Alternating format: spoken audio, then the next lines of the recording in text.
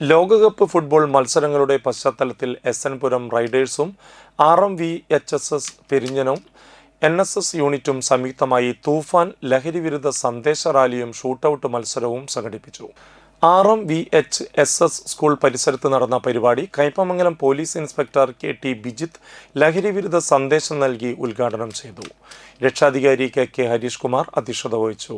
PTA president Jayashree, PTA vice president Abdul Nasser, NSS program officer Aishwarya, അധ്യാപിക Linda, Premsy Shankar തുടങ്ങിയവർ സംസാരിച്ചു.